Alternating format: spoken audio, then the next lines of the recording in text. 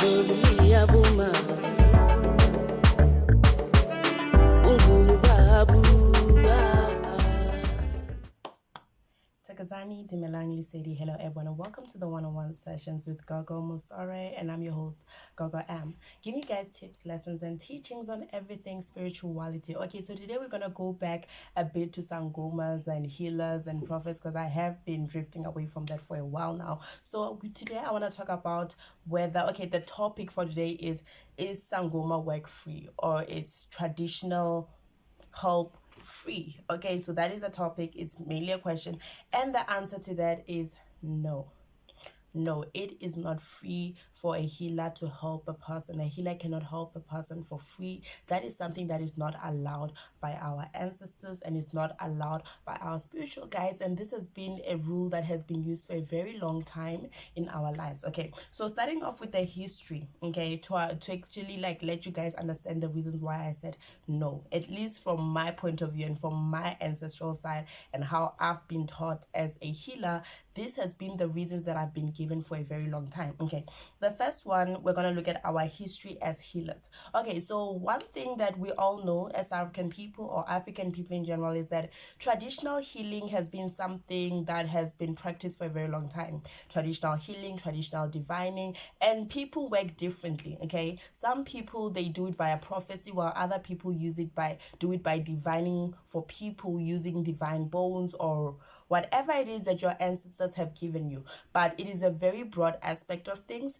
But however, in these times, whereas this practice has been practiced in our history, in our past generations and whatnot, one thing that has always happened is that the people, the healers that are helping those people, were offered certain things. Okay, so back then, money was not actually something that was used. We all know that money did not have any value for African people back in the olden days, but they did use stuff like cattle, cows, sheep, like any livestock that they could actually give them. They could also give them a bit of land and whatnot. And those are the things that people use to compensate for the help and healing and service that Sangomas provided for them in that particular point in time in history. Okay, and whereas that was the case, we'd often find a particular person has a problem, right? And maybe in that point, the healer will say, okay, for me to consult you, I need 1 cow. The person would get that. And if it happened that whatever issue that they found during consultation requires certain herbal or medicinal help, then the healer would say, okay, for my help using medicine, I would need 3 cows or 4 cows. And if the person would be like, okay, I do not have those many cows, would actually start by giving the sangoma something, sort of like a deposit in that particular time, as that person actually accumulates all the cows that are needed or are asked for by the particular sangoma. However, the sangoma did help the person while waiting for the person to bring back, to sort of like pay or give him the rest of the cows that the sangoma requested. And over time, the sangoma would be compensated everything that he or she asked for. That was a customary back then. It was something that was done on a daily basis. Okay, and right now, one thing I've noticed is that people are not really aware, or they choose to put a blind eye to the aspect that a healer cannot work for free. This is whereby us healers find people telling us that we don't have money but we want your help, whatnot. The thing that I like to ask people is, when you have a problem like a Western illness of some sort and you go to a private hospital, okay, do you expect the doctor to help you for free? Or the doctor consult you for free? That is something that does not happen in any way whatsoever. And it's something that not even a black person, such as myself, would actually do, because we know how things work. Nothing is for free. No service is for free. The same applies to ancestral and traditional services that we as healers give. And one thing that can also happen is that some healers, but sangomas, most of the times, we have a fixed amount that we actually make people pay for consultations, and we also have certain amounts that we make people pay for herbs and whatnot. But there are people that are healers that actually would say, worry, okay, for me to consult you, for me to give you my help, you just need to thank the ancestors. This is whereby you are given the choice, or rather you're given the chance to pay the person or give the person whatever you have, to compensate the person with whatever you want to do. But one thing that I've noticed about this, bear in mind, I'm not a I don't work like that. I have a fixed amount for my consultation and whatnot, but I do want to give you guys advice on this one. One thing that I have noticed about people who would actually say, well, okay, just thank the ancestors for my assistance, name, and the person who came there looking for help would at least give the person at least 10 rands, nay. And the thing about it is that that is not enough to actually get what you need as a healer. Okay, it's not enough. I will get to that in details. So you actually find that at the end of the day, people actually give the person the bare minimum, which doesn't even qualify as the bare minimum, and they'll give the person that amount for the services that they were given, which helped them a lot. And at the end of the day, that ends up bringing bad luck to the particular person for a very long time. The person who was looking for help will actually have a lot of bad luck in their life, and the reason for that is because the healer of the person may not be accepting of that. Okay, that's the first thing. Secondly, that person's healer is not accepting of that. Okay, and thirdly, it could be that thing that that person had enough or a lot to offer the particular prophet, but decided, oh, okay, I am not going to do that. I'm going to be stingy. I'm going to be greedy. That is also something that causes a lot of negative karma for a person in their lives. So that is something that you guys need to be very aware of. At least give those healers something that will allow them to sustain the life and the cost of living, in a sense. Number two, what happens with your life when okay, the other reason as to why ancestral help cannot be free is that a lot of things happen to the life that you live once you are called into a spiritual life. Okay, I've met people that have had some really stable lives financially, emotionally, and whatnot, and once they were called into the path of healing people, they had to leave all that behind. They had to leave the wealth that they worked for behind, okay, to actually focus on the life that the ancestors have given you, the life that the ancestors want them to live. And what happens is that people leave their jobs to work as healers, to help people. Remember that our work as healers is to actually help people. People leave their jobs. People leave their schools. People let go of everything that they did, which actually helped them survive in their lives, to actually go and answer the calling to help us individuals at the end of the day. So with that, the ancestors will not say that, okay, you've left your stable life for you to suffer. That is something the ancestors will never really agree to. The ancestors will always say that once you have answered our calling, you will live a good life. You will never go to sleep hungry. They're not saying that you will be filthy rich and whatnot. That is not something that the ancestors look at, but they look at the fact that you need to have a way in which you're going to survive. And the only way a person survives, especially when they're called into healing people, into being a healer, and are restricted from doing any Western jobs or 9-to-5s and whatnot, the ancestors will be looking at all the services that this person will be doing and saying, well, this is how you will survive. Meaning, well, there will be a price for everything that you do. And sometimes even the ancestors give people the price and say, well, okay, for this kind of service, this is what your service will cost. Okay, so that's what happens. So the cost of living actually affects how the ancestors choose the way in which you will charge for your services as a healer,